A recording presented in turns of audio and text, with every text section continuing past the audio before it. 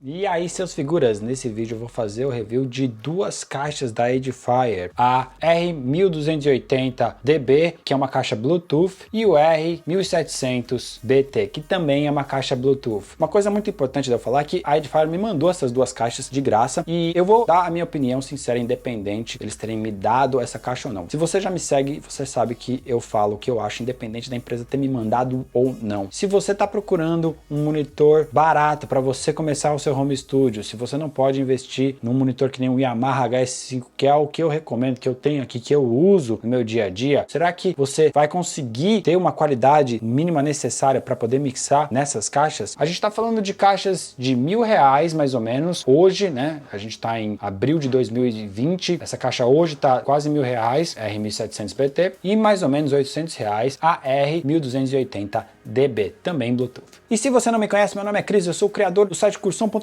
onde eu ensino videoaulas como gravar, editar, mixar, masterizar. Dá uma passada no meu site para você aprender produção musical. Se você não puder investir, não tem problema. Dá uma passada no meu mini curso gratuito para você começar a aprender sem precisar investir. E a gente está com uma promoção muito especial, onde o meu curso completo está com um valor reduzido para te ajudar a ficar em casa. Se você está precisando se ocupar nesse momento e aprender produção musical, é uma ótima oportunidade que não vai ficar por muito tempo. Eu já vou tirar em breve. Bom, eu fiz vários testes técnicos e subjetivos. É claro que os testes técnicos não são super científicos, porque eu não estou no estúdio tratado e não tenho as ferramentas corretas, mas dá pra gente ter uma noção das diferenças entre essas duas caixas comparada com a minha Yamaha HS5, que são os meus monitores. Bom, a primeira coisa que eu posso dizer dessas caixas antes da gente entrar no mérito de som é que as duas caixas são bonitas. Eu gostei mais do visual da R1280, porque ela se parece mais com uma caixa de estúdio. Você pode usar com ou sem a grade, mas eu não usaria com a grade porque ela fica muito feia, ela fica muito mais estilosa sem a grade. As duas têm controle remoto para você usar como uma caixa multimídia, que é um dos usos delas, e eu usei por um tempo como uma caixa multimídia na minha sala para escutar música e ver filmes. É muito conveniente você ter o controle remoto, mas dependendo do que você usa, como eu uso tudo pelo Chromecast, onde eu mando o stream direto do meu celular e controlo tudo pelo meu celular, eu não preciso do controle remoto a não ser para ligar e desligar. Mas eu achei o controle remoto meio estranho, porque você aperta, ele demora um tempo para ligar, você não sabe se você ligou a caixa com o botão, então ela tem que estar ligada com o botão para depois você ligar com o controle. Então eu acabei não usando muito mesmo, eu deixo a caixa ligada durante o dia ou durante a noite e simplesmente mexo no que eu quiser através do meu celular. Mas é um recurso legal de se ter. Tirando o visual e o controle remoto, eu gostei que a 1700 vem com esse cabo que é um pouco mais robusto. Tem o lado bom, que é um cabo mais robusto, mas também tem o lado ruim, que ele é um cabo específico. Se quebrar, você vai ter que comprar diretamente da Edifier. E já o cabo simples, fiozinho preto e vermelho, padrão, você encontra em qualquer canto, mas também não acho tão durável e também ele não se esconde tão bem quanto o cabo mais robusto. Em termos de tecnologia, as duas têm duas entradas de linha RCA e o amplificador está em uma das caixas. Só que a 1280DB tem uma entrada ótica ou coaxial, o que quer dizer que você pode conectar uma saída de um home theater ou de uma placa de som que tenha esse tipo de conexão. E nesse caso eles também enviaram o cabo óptico, que é um cabo que não é barato. Então, ponto positivo aí para a Edifier por ter enviado o cabo. Tanto uma quanto a outra vem com cabo RCA P2, só que como a 1700 não tem a entrada digital, ela vem também com um cabo RCA.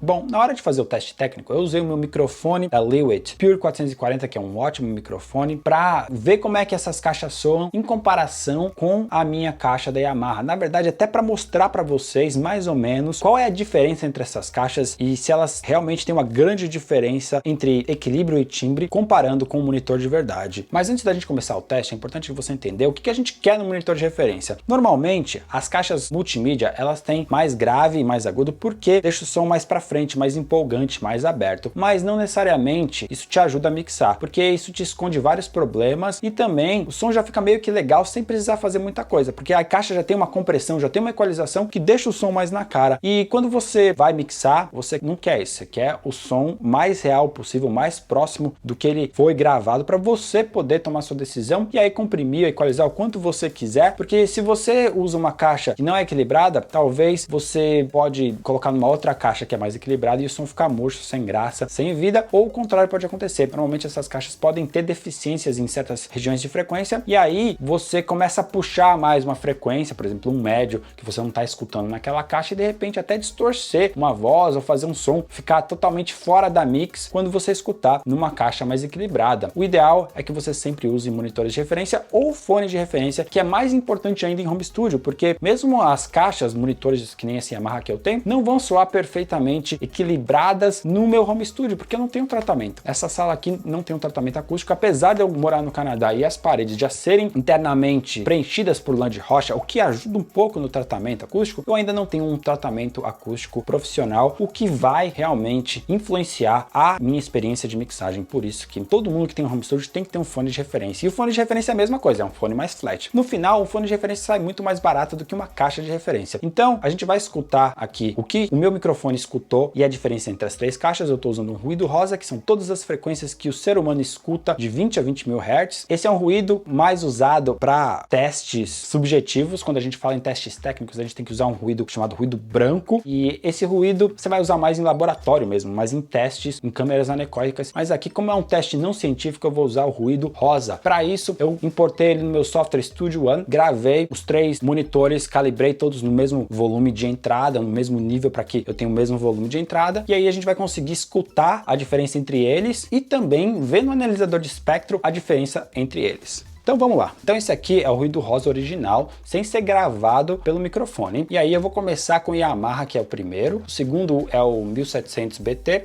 e o terceiro é o 1280 dB.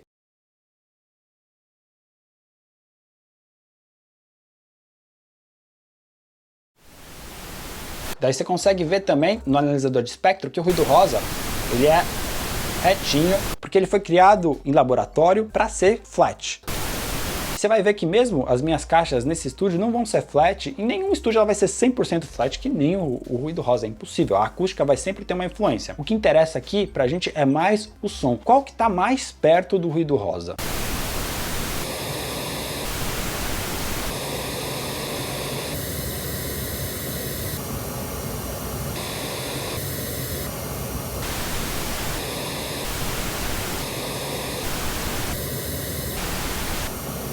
Dá para ver claramente que a Yamaha está muito mais perto do ruído rosa, porque ela tem mais médio no geral. E se a gente comparar a Yamaha com a 1700, você vai ver que a 1700 tem até mais grave e mais agudo que os meus monitores de referência. Ou seja, teoricamente ela é melhor, porque ela tem mais extensão de frequência. Não necessariamente. Ela tem coisas a mais que eu não quero no monitor de referência. Então, a primeira coisa que a gente pode perceber aqui é que essa caixa aqui, a R1700BT, não é um monitor de referência e não pode ser usado para mixar. Agora, isso não quer dizer que você não possa usar lá no seu estúdio. Isso não quer dizer que você não possa usar para tocar, para conferir a sua mix. Muita gente vai usar e vai ficar numa boa se tiver um fone de referência. E para te falar a verdade, por muitos anos eu tive monitores muito piores do que esses monitores aqui, caixas multimídia, e eu tinha um fone de referência, mixei, gravei muitos discos, e eu aprendi assim, você aprende a escutar os defeitos da sua caixa comparando com o seu fone, e você consegue corrigir esses defeitos com a experiência que você vai ganhando com o tempo. Agora, se você prestar atenção na R1280dB, você vai ver que ela é mais próxima do Yamaha HS5 do que a 1700.